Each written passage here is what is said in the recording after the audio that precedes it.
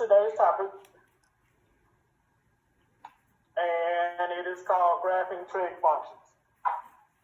So we started off with the unit circle, all that kind of stuff, and today we will build how you make graphing functions from using a unit circle. So today we will graph sine and cosine. They are not difficult, however, they require a little bit of background knowledge of how to get the places or the placement. So again, today's title is graphing trig functions. Moving on to the second slide because I ain't gonna waste time, but we just graphing trig functions today.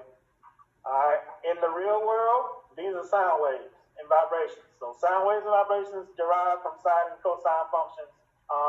That's not really important. You're not gonna have that on the test. That's just for me to let you know that's how those apply to real world stuff in life. So let's get to the actual meat of the subject at hand. All right. So this is the general graph that you will have, or some form of it, in order to graph these things. You will have to make your own, and all we really care about is going from 0 to 2 pi. So I'm going to fill up this whole graph with the function. All we care about is what happens between 0 to 2 pi. All right. And so that's all I'm asking for you today, is find out what happens between 0 to 2 pi. All right, you are not required to memorize this, but so because you know you got open notes and stuff, but just know we kind of this way 0. You can say this is 1 pi half, 2 pi half, which 2 over 2 makes 1, 3 pi half, 4 pi half, which 4 over 2 makes 2. So that's how we got those numbers. All right, these numbers are also found on the unit circle. All right, but just trust me in this process how I get the y's. All right, so since we are talking about y, I'm going to look to my unit circle to get the values for y. So for sine, so if x is 0 on my unit circle, which you may have or may not have, but just trust me on the answers, at 0, sine is 0. All right. At pi halves on the unit circle, sine is 1. Sine of pi is 0. Sine of 3 pi halves is -1. And then sine of 2 pi is 0. Alright? So all I'm going to do right now is start from 0, which is here, and graph these points. So let me get my new color alert. So 0, 0. Pi halves goes to 1. On this graph, 1 is up here because I needed you to see the space between everything and not here. So you need to see how like the shape looks. All right, at pi, we're at 0. 3 pi halves, we're at -1. And then at 2 pi, we're back at 0. All right, so that's my shape.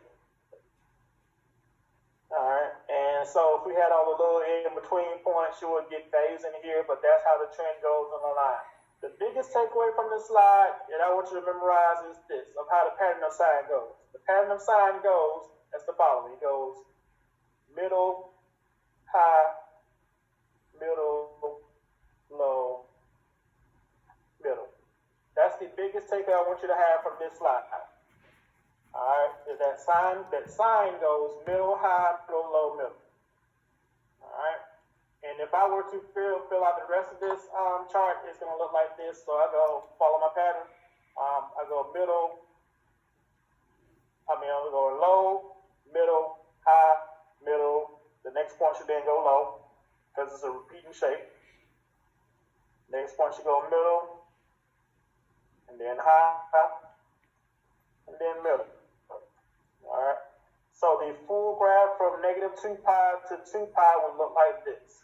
But again, all we care about is what happened from 0 to 2 pi. That's all we cared about. But just to fill up the graph, that's how the full graph will look on this. That's how the full function will look on this graph. All right. So again, the takeaway from this slide: sine, middle, high, middle, low, middle. That's the biggest takeaway I want you to have. All right. Because you need to memorize these points. You will have references to do these points, but your biggest point is to know middle, high, middle, low, middle. All right? 10 seconds to take a picture or a screenshot or whatever you got to do in case you're behind.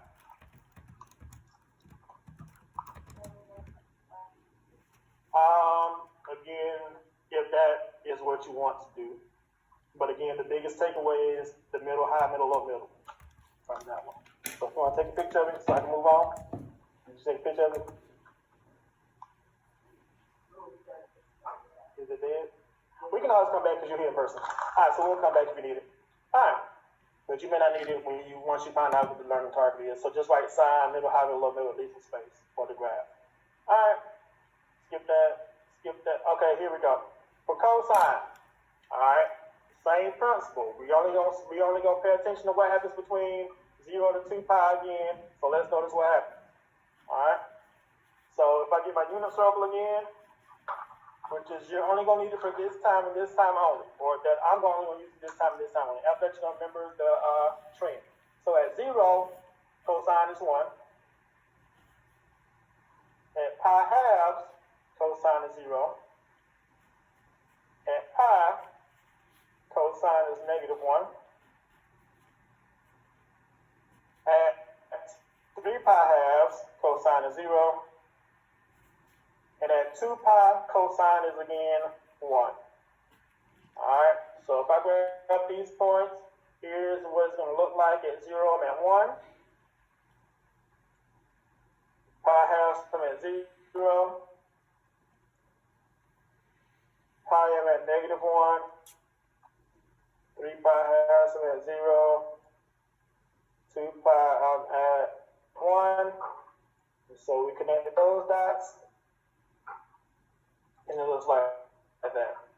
Now, the biggest takeaway from this one is that I want you to know that cosine goes high, middle, low, middle, high. That's the biggest takeaway I want from this graph. Alright? I'm going to go ahead and fill out the rest of it so you can see how it goes, but the biggest takeaway I want you to know is that cosine goes high, middle, low, middle, high. And then we'll figure out how to get the high, middle, and the lows in a second. So if I go low, middle, high, then from here it should be middle. This one should be low, middle, and then high, just to finish it off. If you want to kind of notice it, the section of cosine from 0 to 2 pi makes a V. Alright? So if that helps you any kind of way, that's fine too, but just know the cosine goes high, middle, low, middle, high.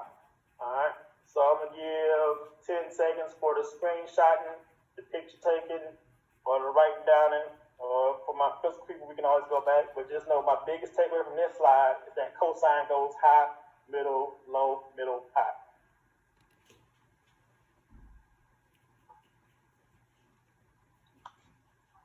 Ten, 9, 8, 7, 6, 5, 4, 3, 2, 12. Alright.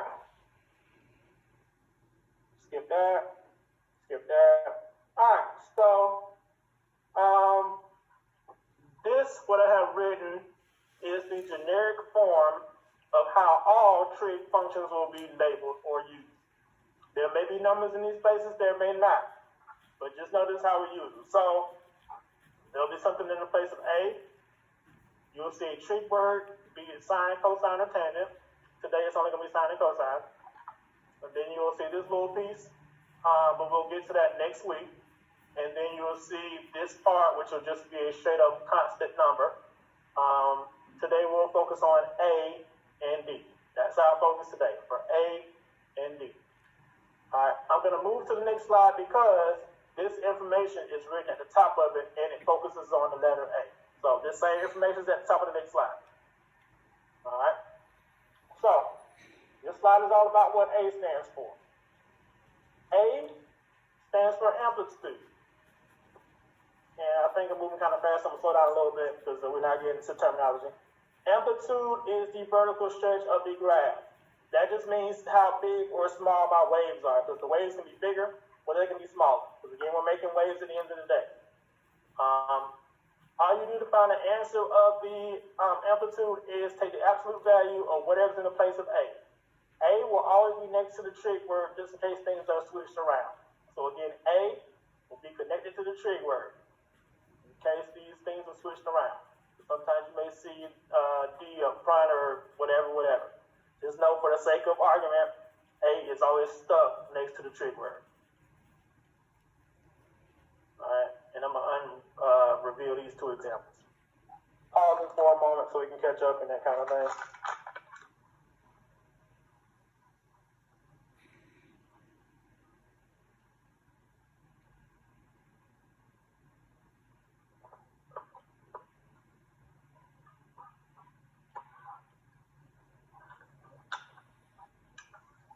Alright, so this is quick and easy.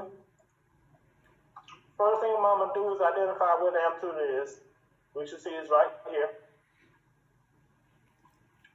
Whatever this number is, make it positive. The happens to already be positive, so the amplitude is 2. As far as range is concerned, here's what we do. Range tells us the highest point and the lowest point. So, if all I have to do with is the amplitude, the range, the highest point should be 2, and the lowest point will be -2. That will always be the case for range to start off with, to begin with. So since there is no other transformation other than the amplitude, just know that whatever the amplitude is, make it positive, make it negative. Alright? Now, the positive version will be the high, and the negative version will be the low. We'll get to what the middle means on the next line. So again, the positive version will be the high, the negative version will be the low. Alright? Same kind of process for the second example. I'm trying to find the amplitude. It's located right here, right next to the trig word.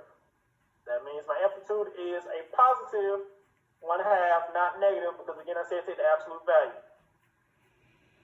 Alright, so that's 1/2. That means my range, the highest point should be 1/2. Lowest point will be -1/2.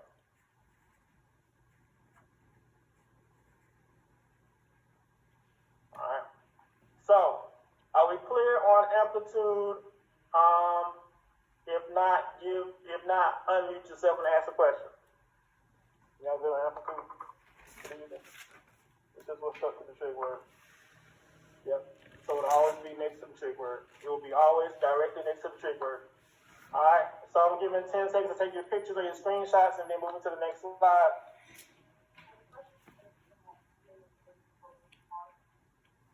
Yeah, so the answer to amplitude would always be positive.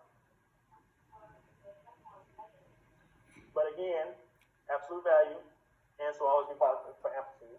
That's always the case. Alright, so keep in mind that when it says to get it to the absolute value of A, that's what we do every time. Alright, moving forward. Alright, vertical shift, which is labeled as D. Alright, vertical shift means if the graph moves up or down. So that's all that means. If the graph moves up or down, because we should know that vertical means up and down.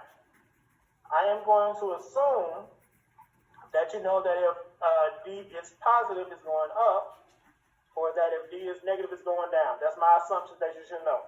So if D is positive, you're going up. If it's negative, you're going down.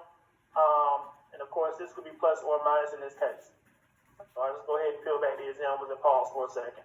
So I'm pausing, I'm not going ahead.